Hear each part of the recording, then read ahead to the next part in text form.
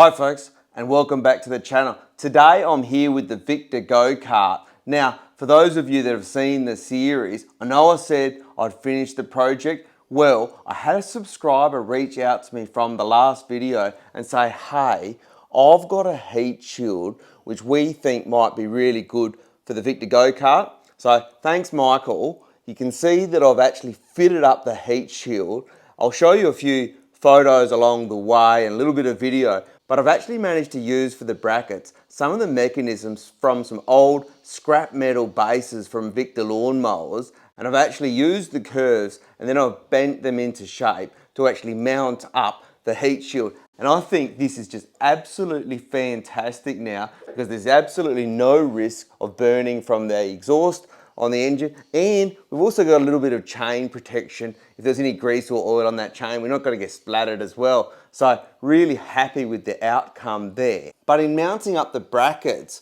one of the things that I found is I was really tight access to drill holes where I wanted them in the existing frame. So I actually used my Dremel because that was actually easier to get into place to actually drill some of the holes. But I went and bought a new attachment, which is this right angle attachment, which I didn't have before, and it was only by coincidence that I actually checked to see if they even make these. But you basically screw it on the end of your Dremel, and then I could get in sideways to actually drill some of these holes. So if you don't have a right angle Dremel attachment, folks, do grab one because it was so useful to get those bolts in. But you can absolutely see now that that's mounted up, just look at that heat shield. It's just perfect. I'll give you a couple of angles looking in from this direction as well. And you can just see from a safety perspective, we've just brought this go-kart now up to a level. But one of the things I also want to show you is that I've discovered, I think the issue that I've been having with this clutch is actually that it's not spinning on the shaft. It's not a matter of that the friction material is throwing out and grabbing the drum too early. It's actually a matter that the shaft is not spinning.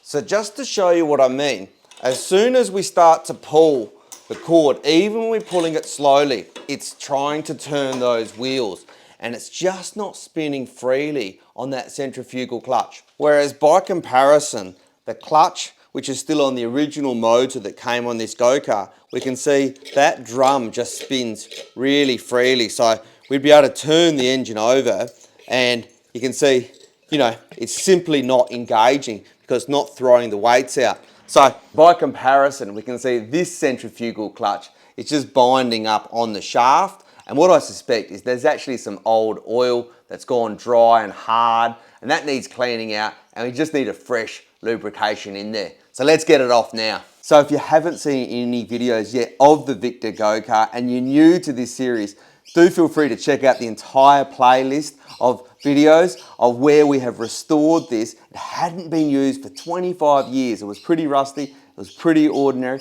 and we've brought it back to life to where it is today, folks. So let's start by loosening up the nuts and bolts which actually tighten the chain. So do this one on the pivot first. So with that chain nice and loose now, let's undo the grub screw for the centrifugal clutch and grab our socket on our impact and get that retaining nut out. If we can get it on, of course. There we go. There we go. Fantastic. And then hopefully we can just give this a bit of a knock and get that off. So having got this centrifugal clutch off, had to give it a couple of love taps with the hammer. You saw that on the time lapse there. I can see that this is squeaking and it's just binding up, and I think, you hear that? I think if we can pull this apart, there's a circlip here. If we get that circlip off, get that whole hub off, I suspect it'll just slide off, clean up the shaft and then lubricate it with some fresh oil, something like a 30 weight oil just on the shaft. I think that's going to make the world of difference. So with the clutch off, we can see we've got this circlip there which just holds the whole thing together. So get our circlip pliers in and then we should be able to just manipulate that circlip off. got one end up. Let's just get the other end up as well. There we go. So just pull that circlip off like that, and then this whole thing should just slide apart, but you can see it is fairly locked up. So I think what we'll do now, and you can feel just like I was saying, you can actually see that stuck residue on the shaft. So let's get some cleaning solution. We'll get some scouring pads, maybe a little bit of emery cloth, and we'll just get that cleaned up really nice. All right, so let's just get a bit of this on there, on that shaft, like that. And we'll give that a little bit of time to soak. And we might just get some in on this hub as well.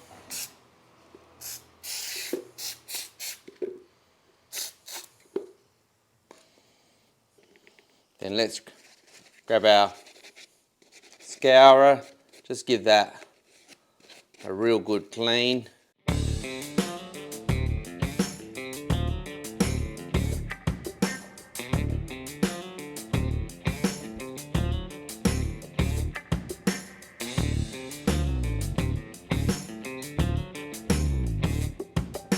So with the clutch surface now nicely cleaned, and I've just wiped it off, and we've also got the inner there nice and clean. You can see that's copper. It's a little bit scored up, but it should be fine. You can see now when I put that together, that just spins quite freely without it grabbing at all. In actual fact, it's got a little bit of slop now, but what I'll do is I'm just gonna put just a little smear. I've got some fully synthetic 5W30. Just put a smear of that on the shaft, and we're just being careful not to get any of that actually onto our friction material, because you actually want the clutch, when it throws out, that to grab on the drum. So just put that there, and I'll just smear some in on the inner in there, just to give that some lubrication. Not going to need much. It's probably enough there. And then I'll just put this back together, just like that. And you can see and hear straight away, that just spins freely. So let's get this circlip back on. Get our little pliers there. So get our circlip pliers, get them in the holes, get the clutch fully assembled, just stretch that out. You can see we've just got that. It's close. We'll just pop, see if we can pop that other edge on. There we go. So we've just clicked that in nicely, and we can see we've got that spinning freely now. So let's get our clutch reinstalled. So pick up that chain and drop that on there and slide it over there. Just make sure we've got the chain on the big sprocket as we come around and it's not binding up. Yep, so get that on all the way.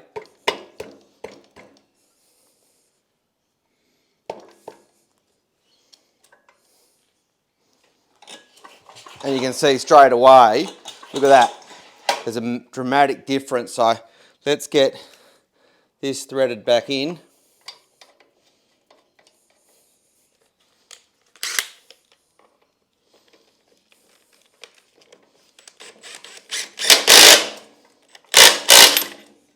And we'll get that grub screw in nice and tight on that shaft, and we'll get the chain tensioned up. So with that clutch lubricated now, let's just pull it over. So if I just take it off the little dolly, let's see now. So I've got the wheels on the ground, and you can see now that we can absolutely turn the engine over, and we couldn't do that before. So I've just put some fresh fuel in the tank. I've turned the tap on and I've primed up the carby. We've got the ignition switched on. So let's now pull the handle and see if she'll start. I've also got the little dolly under the back wheels as well. So just give a little bit of throttle and give it a pull.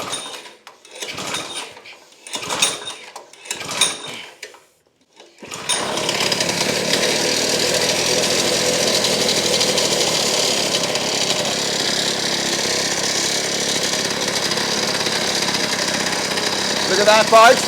That is just perfect.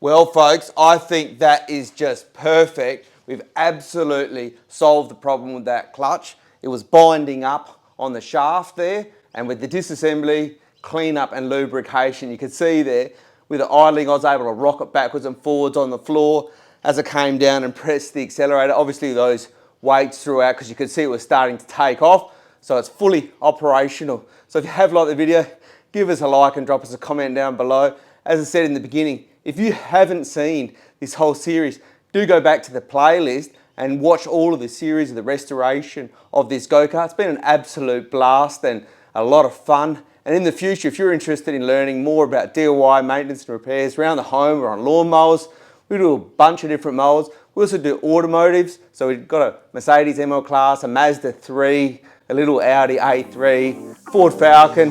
There's something in there for everyone. So as I say, folks, do subscribe to the channel. But until next time, have a good evening.